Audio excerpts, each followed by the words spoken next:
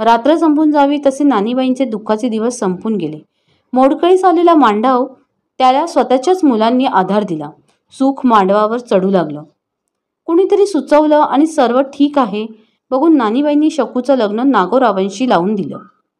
नागोरावांच्या शिरावर कसलीच जबाबदारी नव्हती. म्हातारा बाप होता जवळ, नोकरी होती, छोटंसं राहतं घर स्वतःचं होतं. नानीबाईंना जेव्हा शकूने सांगितलं मला नागोरावच नवरा म्हणून पसंत नाहीयेत, तेव्हा सर्वांनी तिला वेड्यात काढलं. यापेक्षा वेगळं तालेवार स्थळ कुठून आणायचं असं खुद्द नानीबाईंनाही वाटलं. तसा नागोराव आणि शकुंतलेचा जोडा विजोडच होता. शकुंतला नाजूक खुल्या बांध्याची, गोर गोर दाट कुरळ्या कुरळ्या भोर केसांची, तर नागोराव थोडा काळसर आणि ओबडधोबड रूपाचा.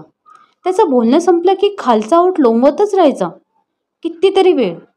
दातही उभे मोठे मोठे, सदा तोंड उघडं ठेवण्याची सवय.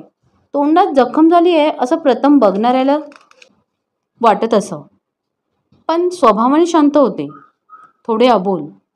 नानीबाईंना वाटलं तापट शकूला असाच नवरा हवा, शांत अबोल, तोंड तोंडी न करणारा. दोघांनी कडक डोक्यांचे असून उपयोग नाही, घरात शांतता कशी नांदणार. तसं स्थळ म्हणून नागोरावांचं बस्तान ठीकच होतं. शकूच्या थोडं मनासारखं नव्हतं तरी लग्न झालं. पहिले पहिले सणवार दुखलं खुपलं होऊनही ती माहेरी येत राहिली. पुढे बाळणपणं झाली, ओढ माहेरचीच. घालून दिल्यासारखी सासरी यायची, 6 महिन्यात कारण काढून परत जायची. पुढं पुढं मुलांच्या नानीबाईंच्या द्वारे लक्षात आल्यावर नानीबाई तिच्याकडे जाऊन राहू लागल्या. तिचा संसार तिचं घर याकडे लक्ष देऊ लागल्या. अल्लड आहे, पोरवाय आहे असं तिच्या स्वभावाकडे दुर्गुणाकडे त्या दुर्लक्ष करू लागल्या. नागोरावही काही बोलत नव्हते, पण त्या शकूबाबत फारसे समाधानीही नव्हते. हिला काय हवंय तेच कळत नाहीये असं मोगोम बोलून ते आपली नाराजी दाखवत.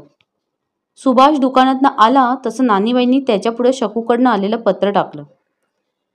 दिवसभर दुकानात बसून दमून कटकटींना तोंड देऊन थकून गेलेला सुभाष त्यानं उभ्यानेच पत्र वाचलं. त्यावरून झरझर नजर फिरवली आणि म्हणाला, जाऊन ये. दुसरं आपण काय करणार आहोत. तुला इथं बसून घोर झालाय. तिचा स्वभाव तोच कारण आहे. नागोरावांची जागी अजून कुणी असतं ना. तो डोळे मोठं करत नानीबाईंकडे बघत राहिला. नानीबाई निश्वासात म्हणाल्या, भोग आहेत आपले आणि त्यांचे.